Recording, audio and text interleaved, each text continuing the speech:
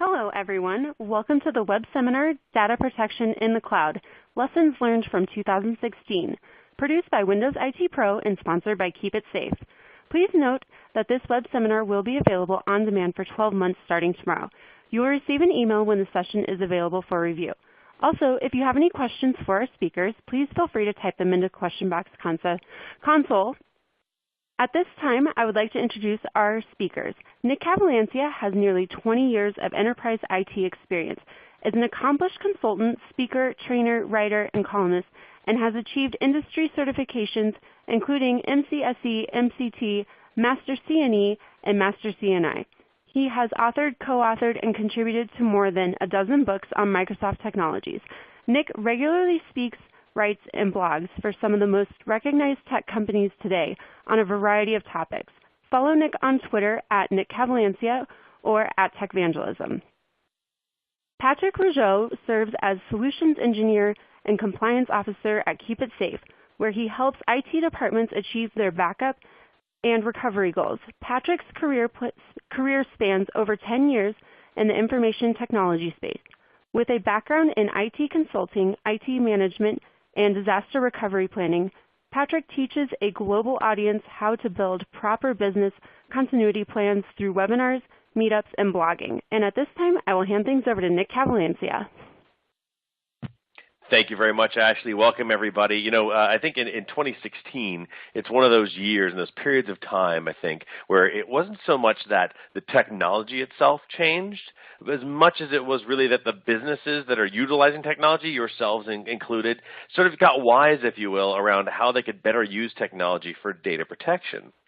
And the idea around this webcast being Lessons Learned from 2016 really has a lot to do with looking at what's changed. I've got a couple of slides here I want to cover pretty quickly today and kind of talk about the things that changed in 2016. First, a kind of a high level on this slide, then a little more in depth on the next couple of slides here to try and create sort of a sense of what lessons did businesses learn by looking at what changed in the industry. Maybe you haven't gone through all of these changes yourself, and you start to realize this is what's going to be necessary to be competitive in business, be competitive from a standpoint of just having the same kind of data protection, disaster recovery, and so on as your competitors, as other businesses in the industry, and so on have. And so some of the things that I really want to cover when we're thinking about at a very high level, you know, what's changed in 2016, the first thing one is just around the fact that data protection in the cloud evolved. We've always had the cloud. It was predominantly just focusing on being more of a target for storage. And then all of a sudden it sort of seemed over the last, maybe it was even a little longer than 2016, maybe even back into 2015 a little bit, but started seeing a lot more popping up of the support for having VMs just spinning up. And that caused disaster recovery vendors, backup and recovery solution providers, software providers, all kind of looking at how we're going to utilize the cloud there. We also saw digital transformation fully into full swing. And if you're not familiar with digital transformation, that's the change in businesses going from sort of bricks and mortar, having people sitting in cubes, to being more focused on being on the web, having everything as a service. As a good example is you can get shoe shining as a service now. There are websites you can just go, you fill out a form, they send you a box, you pop your shoes in there, they send them off, they shine them, they ship them back, boom, shoe shining as a service. It's SaaS, or I don't know what you'd call it, right? Whatever it is. But that's part of the digital transformation. Companies that traditionally aren't are now just fully online, fully digital, and are just providing those services on the back end as they need to in sort of the real world. And then there's a big one here that I'm going to try to focus on a couple of different slides here, and it's this realizations around the importance of data itself. Data used to just be the data that was necessary to get a system back up, get an application back up. But now we're going to talk a little bit about the realization that data and what its value is to the business has completely been modified. And there's a real focus around an elevating of thinking around the recovery not just being about, can I get it back up and running, can I get it recovered, but more so, how do I sustain my business operations and remain productive, remain efficient, and remain effective as a business, truly from sort of an availability standpoint. And I'll talk a little bit about that as well. And then there's this real focus on retention. In a lot of cases, organizations are looking at their backup strategies as also sort of a retention and archive strategy for compliance, for e-discovery, for legal purposes, HR purposes, and so on. And all these things sort of modified a little bit, I think, when it comes to last year and how businesses are starting to look at recovery. So I'm going to jump into this. I've just got a couple minutes here. The first area that I want to focus on is just that data itself changed. And this is one of where we get the lessons learned. Look at how businesses are starting to look at data itself. From the first standpoint was its value to the organization. It used to just be, like I said, it got the system back up, it got the application back up, but now we start talking about things like data has intellectual property. We have to worry about customer lists. We have to worry about any kind of intellectual property, any kind of credit card information, things that are valuable to the organization and its ability to operate. And we don't just look at it from a standpoint of, again, can I recover it, but more so I need access to that in order to get the job done and can't do it without it. And so the value to the organization changed a lot in 2016 because now we've elevated our thinking around the data itself. Now, in the same way, there's value outside the organization. The first bullet's about the goodness, the fact that the organization itself wants to utilize that data for good, for doing things that keep the business running and moving it forward. But the value outside the organization is really sort of about the bad side of data, which is now people are realizing outside, and you've seen this, unless you've been hiding under a rock, where you have cyber attackers that are using malware, ransomware, phishing, whaling, all kinds of other different types of abilities either to get into your organization or to take advantage of a machine and comprise it, to compromise it. There we go. I was trying to compress a word compromise down to a two-syllable word. I have no idea what I was doing there. Sorry about that. But to compromise a machine because they want to eventually gain access to data that's in your organization that they can sell out on the black market. And they're trying to even build entire profiles of individual people, everything from social security number to credit information to health information, and sell that as an entire piece of information on the dark web. So there's value. Your data has value outside the organization, so companies recognize that as well. There's also an issue around the location of data. Data used to exist just simply in, let's say, on a server inside the bricks and mortar within the walls of your organization. But now data more and more is being located on workstations because people are working outside the office. It's located up on the cloud because they're utilizing some kind of cloud-based service, whether it's something internal to the organization or it's one of the ones that's more consumer-facing. But in either case, it's simply located elsewhere. And so organizations are recognizing that the data has changed, and the lessons that are learned there are we've got to figure out ways to protect data regardless of where it is. And then the last one is just the massive amounts of growth. There was a stat, I'm trying to remember what it was. It was a couple of years back that, like around 2012, I think even, where Gartner was predicting how many exabytes, or it might have even been, larger than that of data were going to be around by now. And I know that we far surpassed that.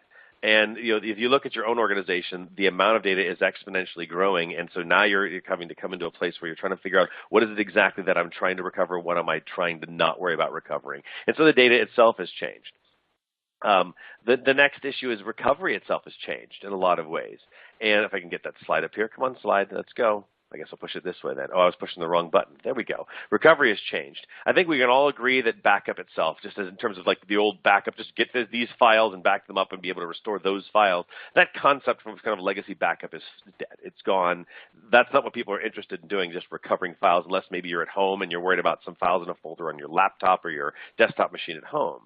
And in some ways, I want to say that DR, kind of almost like legacy kind of concept of DR, is on its last leg, where I'm trying to think about recovering from a disaster, where, I mean, there are still organizations that are trying to plan against a tsunami or a hurricane or a power outage and things like that. That's why I kind of say it's on its last leg, because there's a shift that's going on in recovery, where we're going from being IT-centric, where we're thinking about, if I lose power, I have these 4 servers, and I have to recover these 4 servers. It's very IT-centric kind of a thinking. We think about the data sets that need to be recovered, to being more business-centric.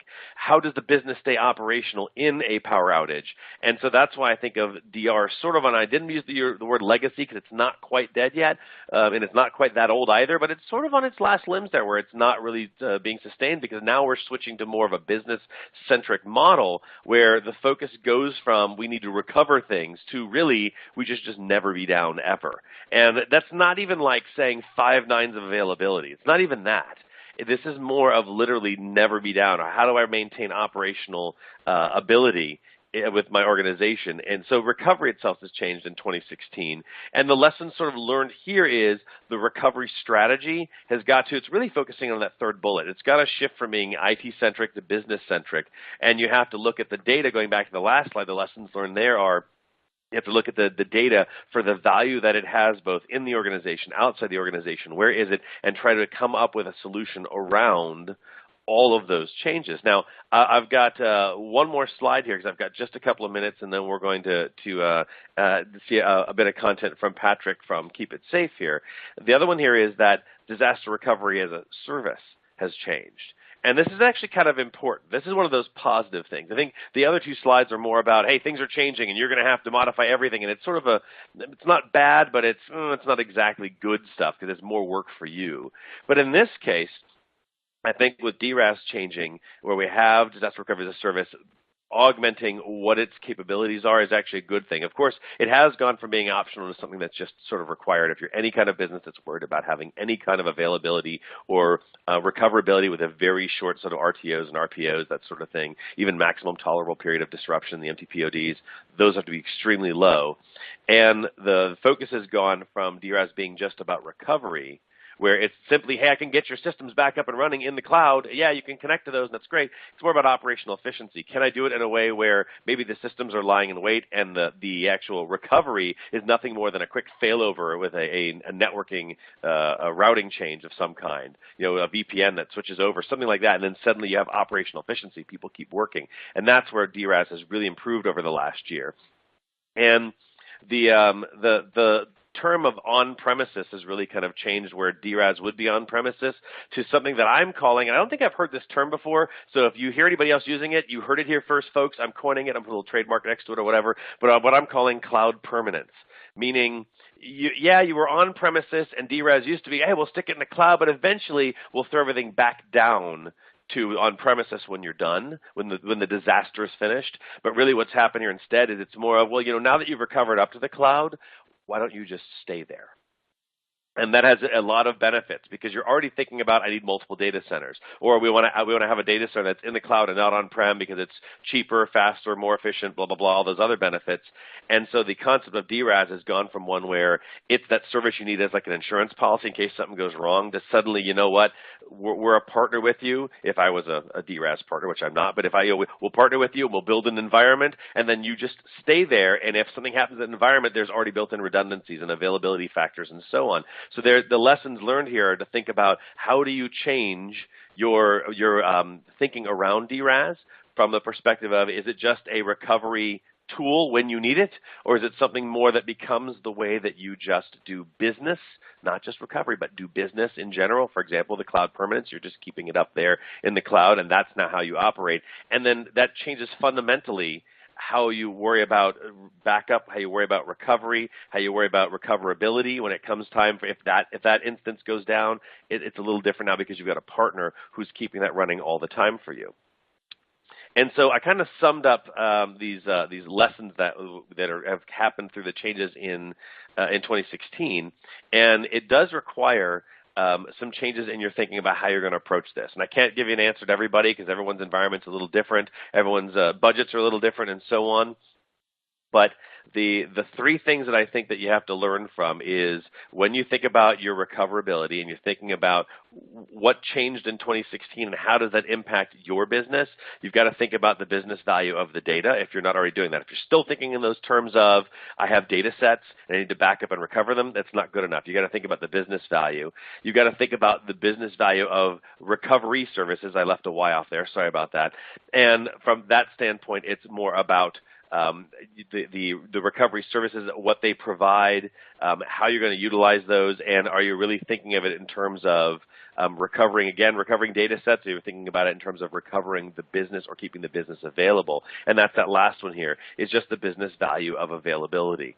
And thinking in those particular operative terms with a partner that is thinking about DRaaS, and I really do love that term, cloud permanence. I hope that it starts resonating and everyone, so please tweet it right now. Go ahead and put at Nick Cavalancia. I'm just kidding, don't do that. But I think it's a really cool term. It makes sense to me, especially for DRaaS providers. But thinking about that availability from the standpoint of both, are my systems running? but also how are my systems continuing to run by leveraging a DRaaS partner. So I had a very short number of minutes here, about 15 minutes to do my presentation, so I appreciate it. I hope you guys got something out of it. I know it was a whirlwind tour, but I do appreciate that. So with that, Patrick, I'm going to go ahead and hand things over to you, so go ahead and take it away.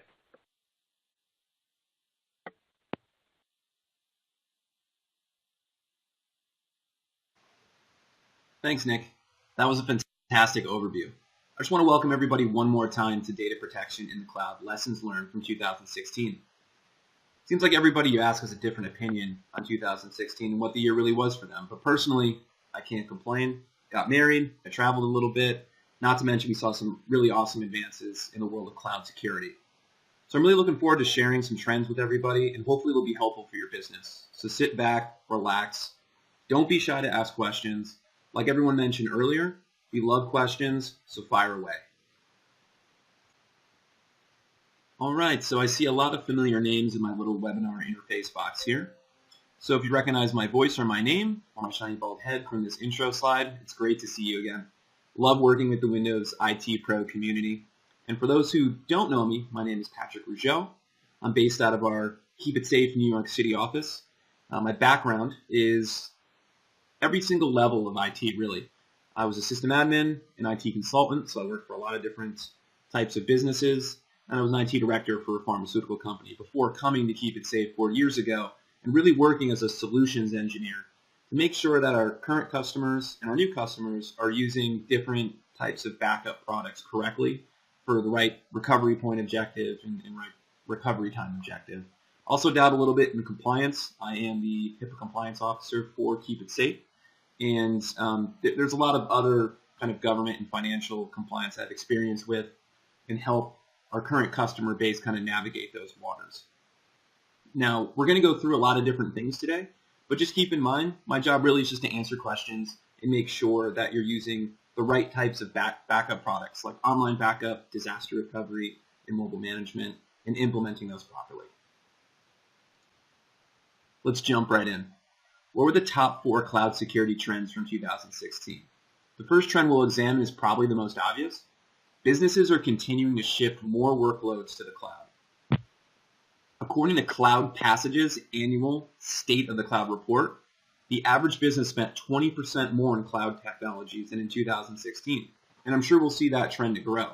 So if you take out your IT budget for 2017, how many of those line items are cloud computing? How many are those cloud security solutions? I'm guessing there's a lot. We're seeing that across our customer base. So organizations are moving to the cloud.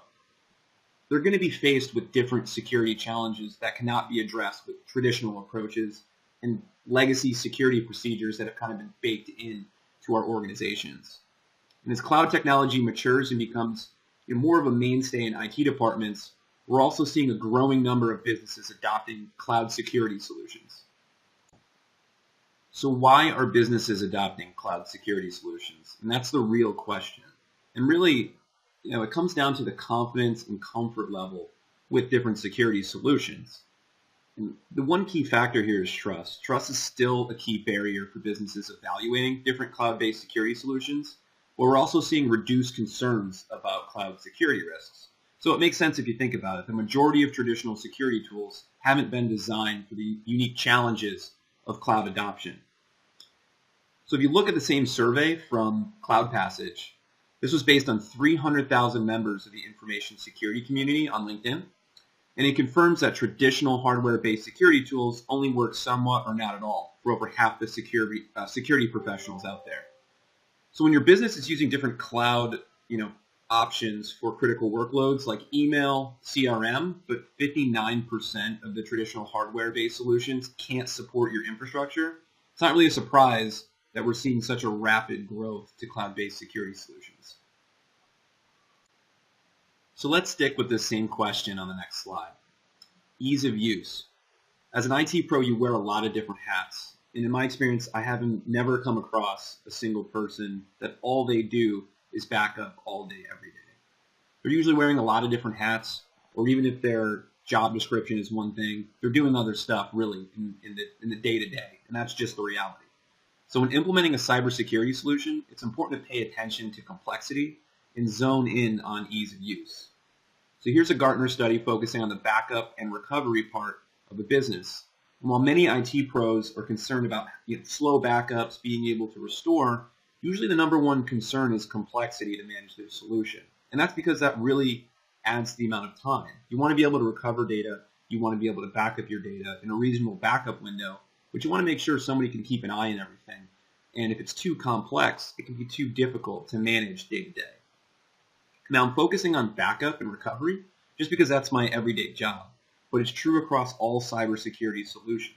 And the solution won't work if it's too complex to manage. So total cost of ownership adds to complexity. When you talk about total cost of ownership, you need to think more about upfront purchases. You need to keep in mind that there's people and resources associated with the solution that you're going to implement. And there's been a shift, and I'm sure many IT managers are aware, but you can outsource and do subscription-based models versus having your upfront cost and doing everything in-house. So think about the learning curve and time it takes for internal employees to become experts on a particular solution. And mostly think about the day-to-day management. Once you have a good handle on the product and you're moving forward with it, now you're going to want to do more advanced things with that particular security solution.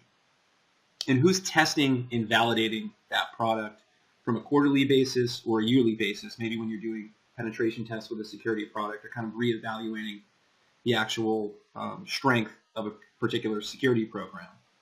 And if you're looking to build something, it could be quite costly to do it internally. You can look to do kind of a hybrid cloud solution or a public cloud solution depending on what the actual security service is. And if you're going to build a private cloud solution and do it all internal yourself, you really need an expert to help guide you, someone that knows and understands the different verticals and different challenges you are with trying to bring that on completely in-house.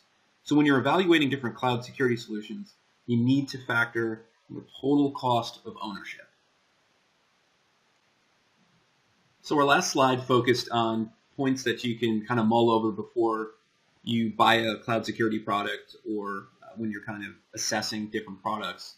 And the next option really you have to be looking at, or the next point you have to be looking at, is scalability. And the big reason for cloud adoption, as we know, is scalability. There's an exponential increase in data, and that makes it hard to manage. And your organization's data isn't really shrinking, it's blowing up. And according to a recent report from Forbes, the average business doubles the amount of data it generates in 18 months. So not only do you have to manage a growing volume of data, but now you have to develop a plan to safeguard it. And that's where scalability comes into play. So the ability to scale on demand is probably one of the biggest advantages of cloud computing.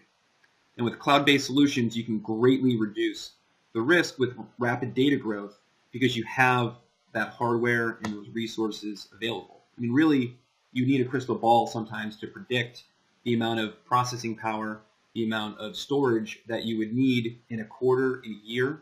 And we see a lot of our customers across the board plan, have all their ducks in a row, do all of their homework, but they really couldn't anticipate the amount they grew, maybe because of an acquisition or you're introducing new products, the business goes in a different direction, and that has your data basically ballooning. And you need to do something with that. Like I mentioned before, you need to have multiple copies of it and make sure that it's highly available and safeguarded. So in contrast to doing things internally, cloud-based solutions are usually way easier because they automatically expand with your usage, and you just send your data over a secure internet connection as it's generated, maybe in real time or maybe once a day, depending on how fast you need that available and how fast you need it safeguarded. So my next point of interest here is data sources or data repositories. Also correlated with the rapid data growth of your business, the number of locations that your corporate data resides is also growing. Your data is scattered across too many locations, too many platforms, too many devices, and it's a challenge for you and your team. Think about where your corporate data resides. It's probably not just on company-issued desktops, laptops, and servers that you control directly. It's probably being stored and transmitted from employees' personal mobile devices, home computers, virtual servers hosted by third parties, cloud providers, an ever-increasing list of software as a service providers. So your corporate data is everywhere, and when I was implementing an ERP system as an IT director, we had an exercise where we needed to locate all the software utilities, tools, and data locations, because hopefully this manufacturing enterprise resource planning system would replace all those utilities. Long story short, there were hundreds of locations where our corporate data resided. And when you're in the thick of it, you sometimes don't realize the magnitude of your data sprawl. Our next important element is actually closely related to the data sprawl. It's increasing growth of BYOD environments. And with BYOD policies, they're everywhere. Bring your own device is one of the more popular ways to approach sharing information. And employees are accessing, storing, and sharing corporate data and other intellectual property in an increasing number. You're seeing more cloud tools, more devices, and other things you may not even know about. So what's important is that you want to take a look at this from a data protection perspective and how you can keep that visibility while you have bring your own device in your own organization. So let's extend this point with a few more statistics. I don't want to demonize mobile computing whatsoever or make people scared of it, because it actually helps you get your job done. And it makes information that much more readily available, and we can work that much more efficiently and quicker with mobile devices. But Gartner reports that 28% of corporate data lives exclusively on smartphones, laptops, and tablets. And that's a huge, huge number. Most employees don't understand the implications of personal devices being used at work with corporate data on them. And on the flip side of that, many companies don't fully understand that they're 100% liable for the consequences. Enterprise Strategy Group also reports that 65% of corporate laptops aren't backed up. And these issues are only going to get worse. A study reported by CIO Magazine in 2016 says 77% of employers say they expect personal smartphone use to increase over the next year. So BYOD is increasing. And there's going to be users that are sharing PDFs, saving files locally to their mobile devices. But a lot of how we're productive with mobile devices is cloud computing. That's really what's powering these mobile devices. And according to Forbes, 69% of organizations have either apps or infrastructure currently running in the cloud at this very moment. And the other 31% are migrating at a steady pace. So now that most of your data, or a huge portion of your data, lives in somebody else's cloud, the question comes, how safe is my stuff in this other organization's cloud environment? And it's not as safe as you may think. I mean, we found with other polls that 32% of cloud customers report losing data with these public cloud providers. Now you may ask, don't cloud providers back up my data? And the answer is yes and no, but it's really for their protection, not yours, which is a huge differentiator in how you're going to back up and what kind of fail-safes you're going to provide. Let's move to the big cloud providers to kind of drive this point home. The liability is going to change depending on who you're working with. Now we can start off with Microsoft Office 365, and I know I wouldn't be here without Microsoft. We love their products. We have to use them. They have so much market share that it's a easy thing for us to say, hey, we have Microsoft file servers, Exchange, Office 365 will make us more highly available, will be more fault tolerant. We'll be able to leverage mobile computing and computing from the data center, and maybe even focus our time on other things besides trying to manage Exchange servers and SharePoint and sharing files with colleagues. But if you look specifically at their backup plan, and that's kind of the space, obviously, that we play in, on the off chance that you're able to prove that Microsoft has lost your data, their liability is limited to $5,000 or what you paid in the last 12 months for their subscription fees.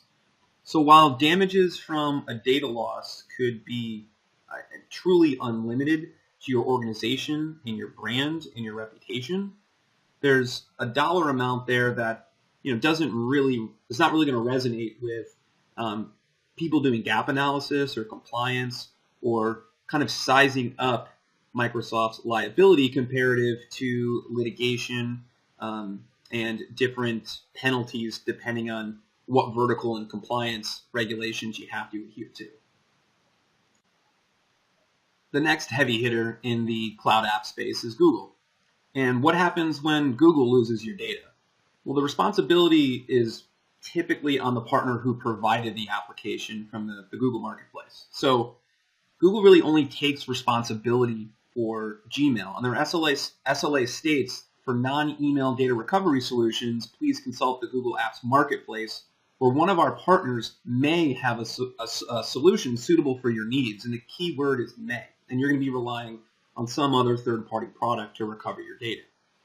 And by the way, even Gmail is vulnerable and subject to irreparable data loss. I mean, there was a highly publicized crash in 2011 where 500,000 Gmail accounts went offline. Some of those customers returned, and some email accounts were set back to defaults with the welcome to Gmail message to greet them, just like they were brand new customers. So we have Microsoft, we have Google. You start to read those kind of fine print statements, and you start to realize that these are great products. They are going to help our business be more productive and more highly available, but there's still some vulnerability there in several different avenues, and these companies have to protect themselves. So in turn, you have to supplement with different services that protect your interests and protect your company based on your SLAs, and not just what Microsoft and Google will do for you just in case you're in some type of crisis. I don't mean to keep picking on these cloud applications like Google and Microsoft, but I'm going to bring up the next few points, and you can see where your organization stands with these questions or kind of these bullet points. There's a perception that the cloud minimizes the margin for human error. And yes, cloud applications are very easy to use, but the exact opposite is true. So this chart outlines the most common forms of cloud-based data loss, and as you can see, almost half of it results from accidental user deletion. So it may seem counterintuitive, but there's a higher potential to make mistakes in a collaborative environment because so much data is being shared. And a lot of times with these garden variety kind of default protections within these cloud environments, they're usually not strong or complex enough to really protect you from data loss, whether it's accidental or not. The difference between a Microsoft file server and a cloud-based file sharing application, you may not have as many permission kind of strategies you can slice and dice depending on the department and the type of data that you're sharing across the enterprise or a small business. Employees can easily overwrite data, and it's super, super common. And I'm sure you're familiar with Google Docs or other kinds of file sharing products. And we see that as almost the most common request when restoring a file, or you're trying to reference an older version of a file from an hour ago or the day before. And what happens if one of your employees saves a newer version of a document over an older version saved by another employee? You'll still need that older version. And even if you're keeping, the last 10 or 15 or 20, if there's a lot of edits being made to that particular file, you can see, hundreds of versions of a particular file that need to be available for reference. And maybe they only happen over a few days, but there's so many people collaborating. There needs to be something that extracts that file so you don't kind of overwrite old data with new data, and all of a sudden now you're not able to go back and reference a file for a compliance check or just not to lose some productivity because maybe somebody botched an Excel spreadsheet.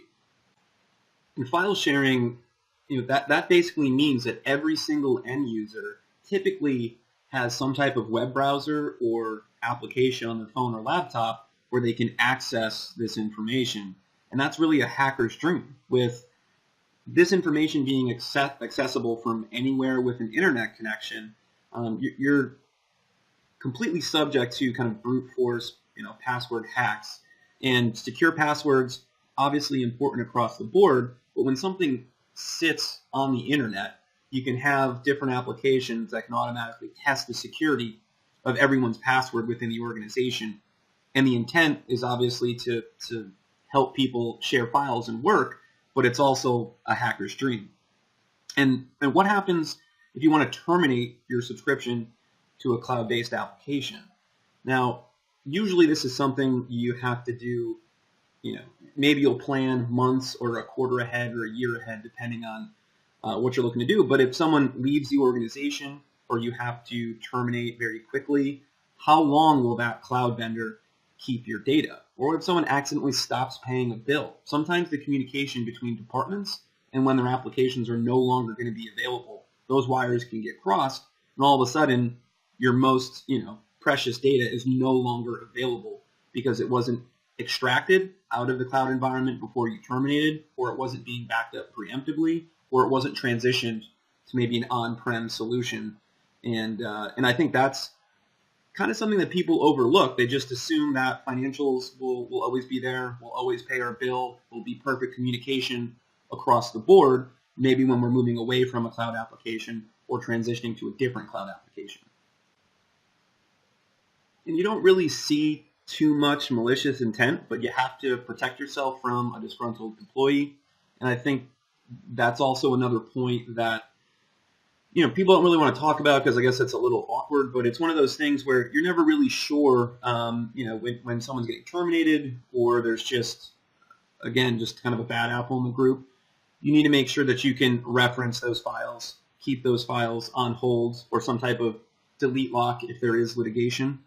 And one of the other kind of great things about cloud applications is that service packs and hot fixes kind of get automatically released, right? So one of the nice things about Google Docs or Microsoft Office is you don't have to update the software. They're going to push out those updates for you. But what if those inadvertently screw something up? It makes, a file not available.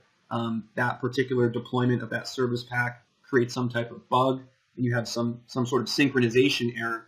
Those things are a real benefit of cloud applications, but also you don't have control. You may not be able to put it in a sandbox environment and test it as thoroughly as you would if you were thinking, in your best interest. But Microsoft and Google, they have millions of customers, and they're trying to make those different applications available, and they can't test for every type of possibility and every type of customer.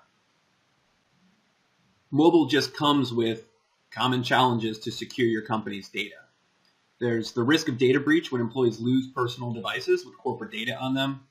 There's employee avoidance of mobile device security policies due to privacy concerns, insecure access and sharing of corporate data by end users, and the inability of administrators to manage, backup, and control corporate data on mobile devices. The trials and tribulations of mobile computing can be extended to other applications and other data sources on those mobile devices not even related to your organization. So there was a Pokemon Go hack, and now Pikachu is battling on the same device as your corporate mailboxes.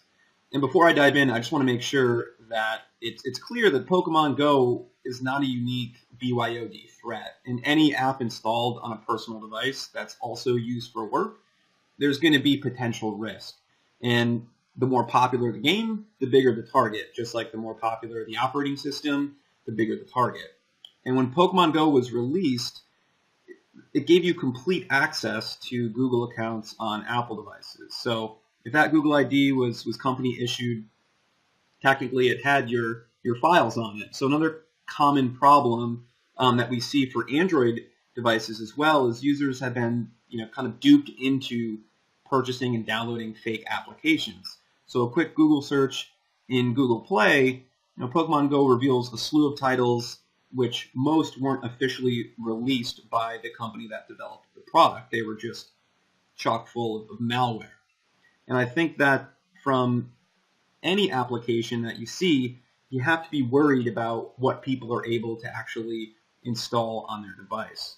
And Hummer had a recent security threat to Android devices because it roots phones, installs malware apps, and compromises the security of any associated account with that particular device.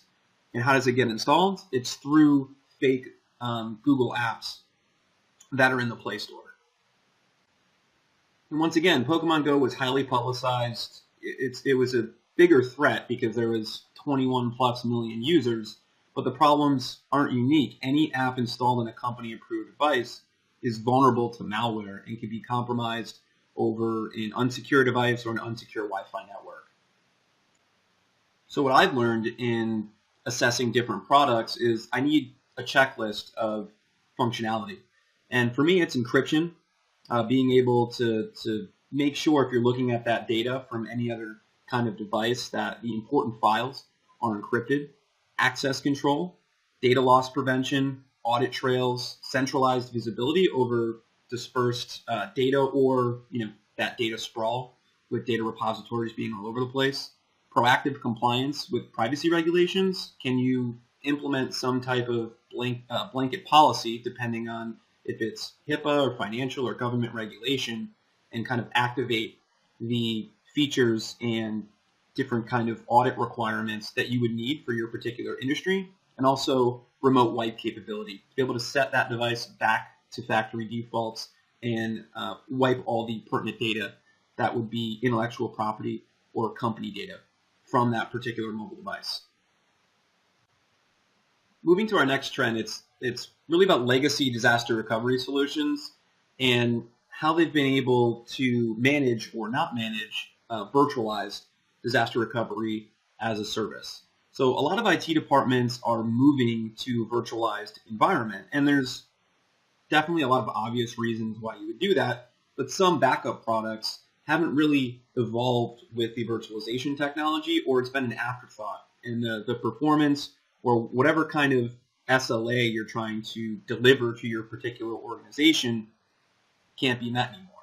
So with virtualization, there's cost savings. They could be dramatic. The technology is obviously widespread, and it's really hard to justify physical servers. I mean, the only times we really see them now with most of our customers is maybe there's a physical domain controller, or there's an older product that's not supported in a virtual environment, but those machines are disappearing as virtualization takes over. So we're going to discuss what that means from a security standpoint.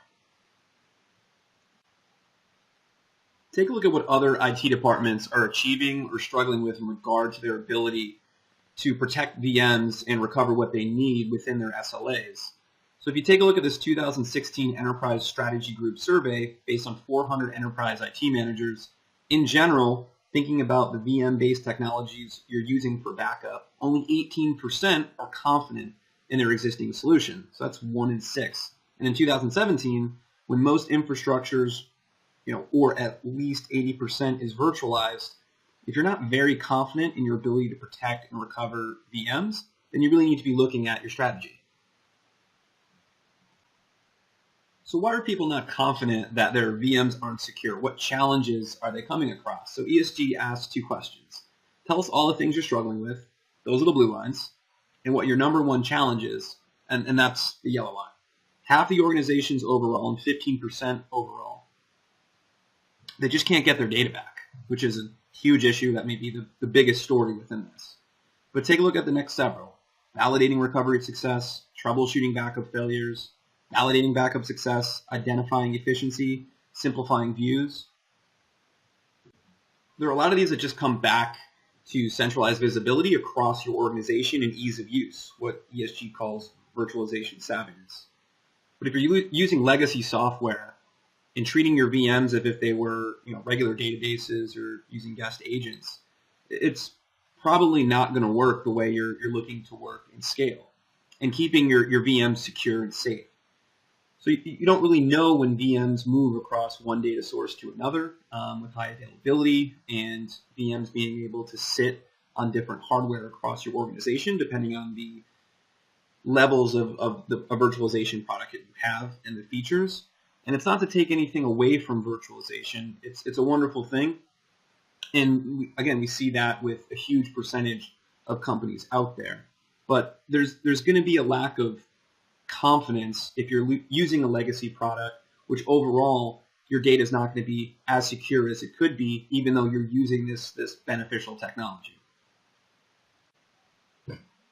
Moving away from agent-based backup can increase about 20 to 25% of total system hardware resources. So if you think about that, then you're basically freeing up hardware resources to take on more critical company initiatives, and you don't have to spend time and resources, as much time and resources backing up data. So the backup speed is going to, it's going to be more efficient, and you can kind of spend your hardware resources elsewhere.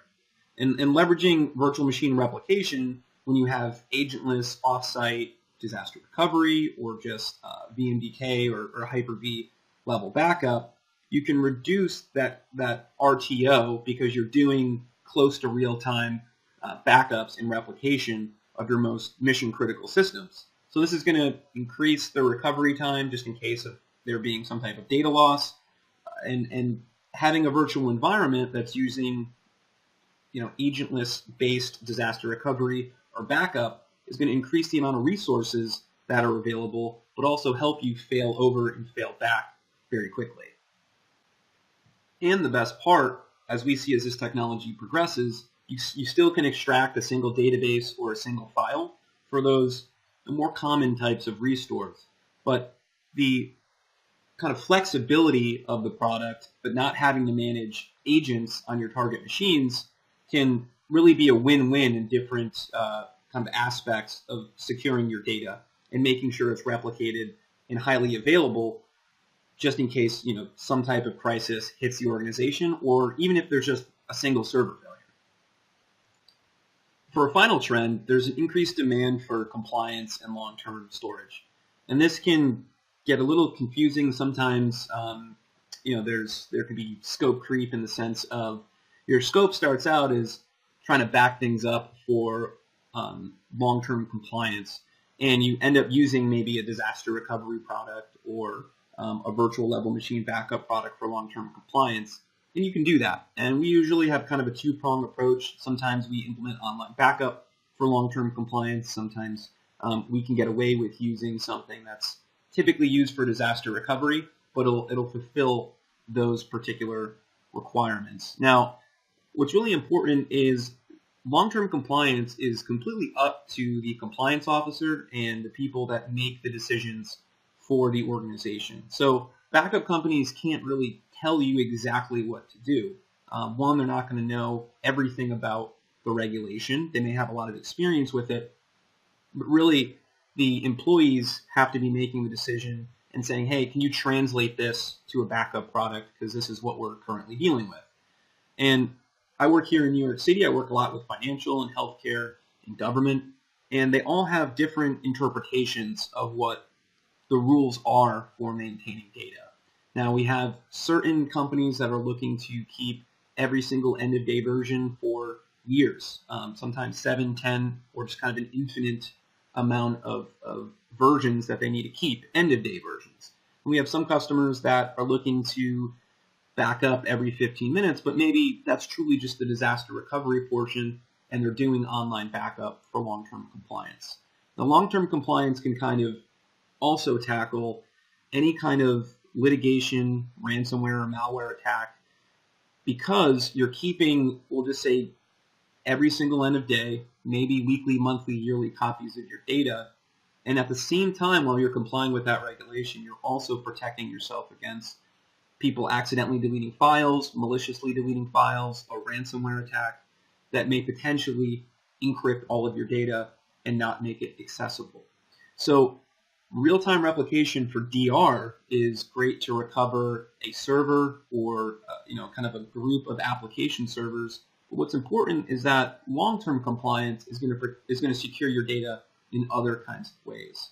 And I think that from that perspective, if you can kind of separate the two and use the correct products and for the right actual recovery time objective and recovery point objective in the backup space, anytime you're looking at a security product or any software application, sometimes you don't want to force one software platform to do something it's really not meant to do. The next slide is about risk of non-compliance, and this can stretch to all different types of issues that can come across an organization that is not complying or is discovered during an audit by a governing body that they're not complying.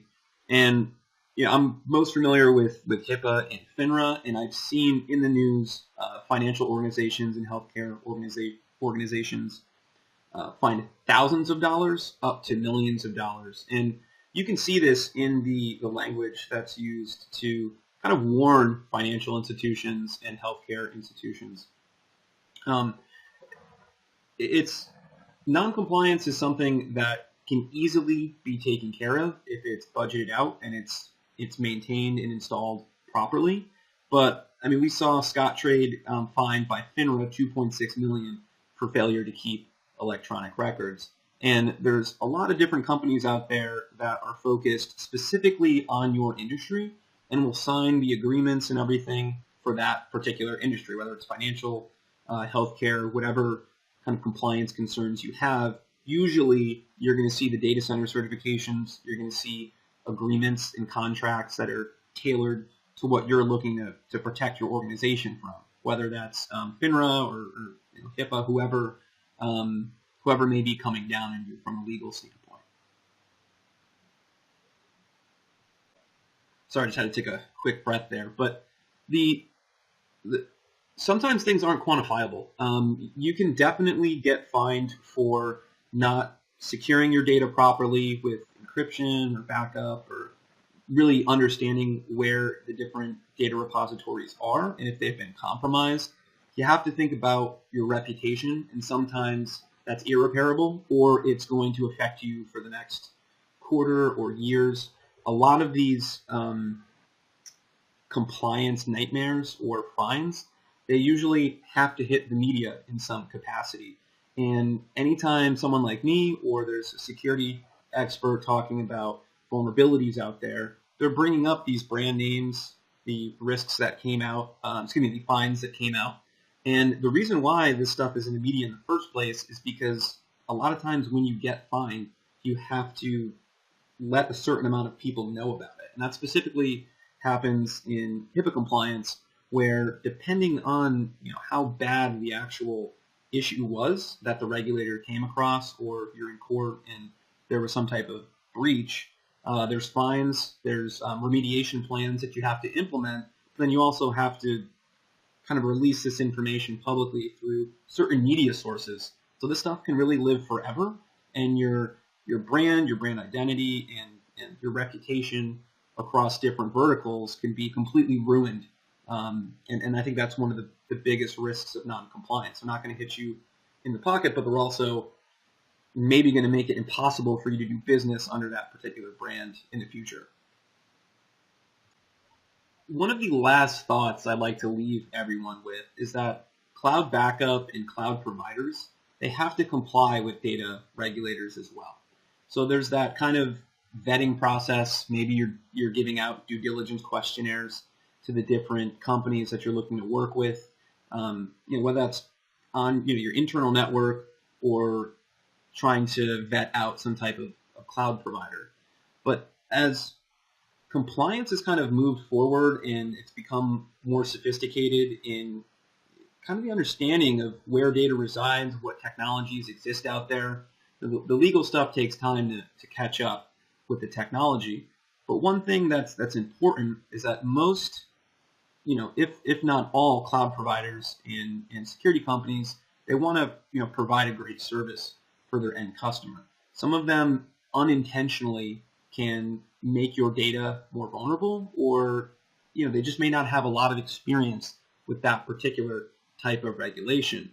But what I've seen from our ends, just being on the service provider level and the customer end, people have kind of educated themselves a little bit more about what needs to be done on the security front and what agreements need to be signed. And that's improved over the years. And what a lot of people don't really understand is that cloud providers and anyone that's helping you with technology in your organization, they're on the bus with you.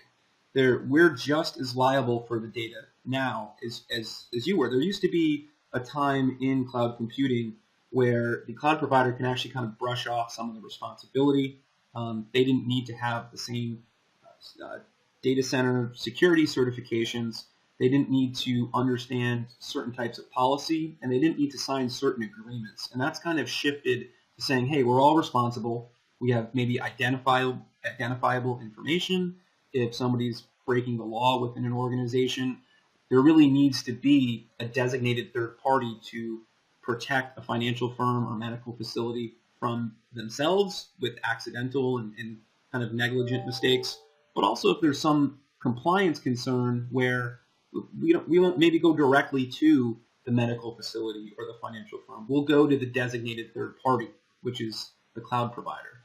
And what's important is now that those cloud providers are held to the same standards and have to educate themselves to really be a partner in securing data, backing up data, and making sure that, yes, the products perform and on a day-to-day basis, do everything the customer wants, but most importantly, thank you, Nick and Patrick. As a reminder, if anyone has any questions, please type them into your question box on your screen. I see we already have a few, so let's go ahead and jump right in. Our first question, what about AWS or Rackspace, data loss, and their SLA? Yeah, I'll jump on here. Patrick here. You want to take that, Patrick? Okay. Go ahead.